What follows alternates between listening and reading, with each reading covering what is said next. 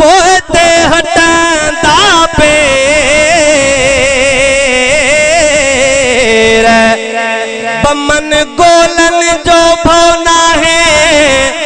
आयो मुड़ समथे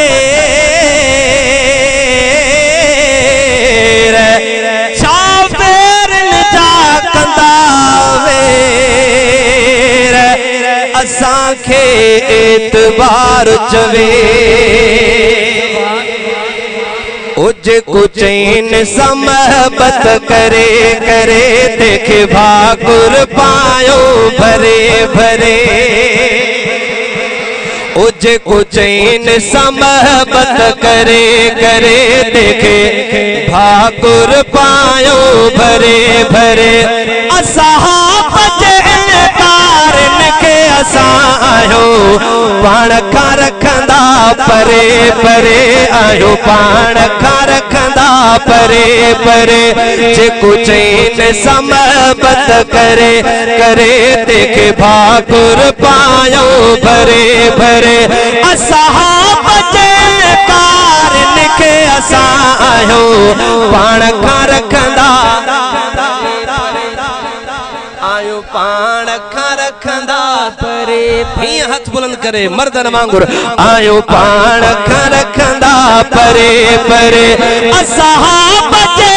कारन के असां आयो पाण खां रखंदा आयो पाण खां रखंदा परे परे जेको चैन समहबत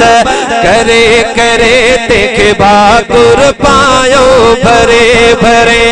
ओ फल पीरो अमीर वज़ीर हुजे कोई दुनिया जो फ़कीर हुजे ओ फल पीरो अमीर वज़ीर हुजे कोई दुनिया जो फ़कीर हुजे उसकी गाल्हि असांजी आहे अदा बुधी कोई सड़े ठरे ठरे बुधे कोई सड़े ठरे ठरे असां बचे कारन के असां पाण खां रखंदा आयो पाण खां रखंदा तव्हांजो इरादो घट लगे तो पाड़े वारनि जो ख्याल थे तो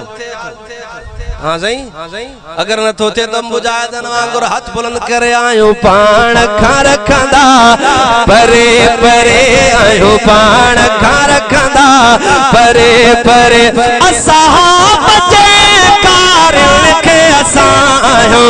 पाण खां रखंदा परे परे आयो पाण खां रखंदा परे परे ओ जेको इनकारी कुरान संदो कुरान संदे फरमान संदो ऐ चैन सच जे शान संदो छो न बुधी थो मरे मरे ओ छो न बुधी थो मरे मरे हाणे बहादुर थी असां बचे कारन के असां आयो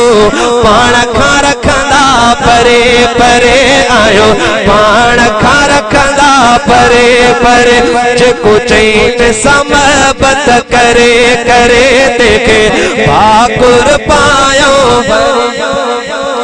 एतबार असांजी बोली इहा बणी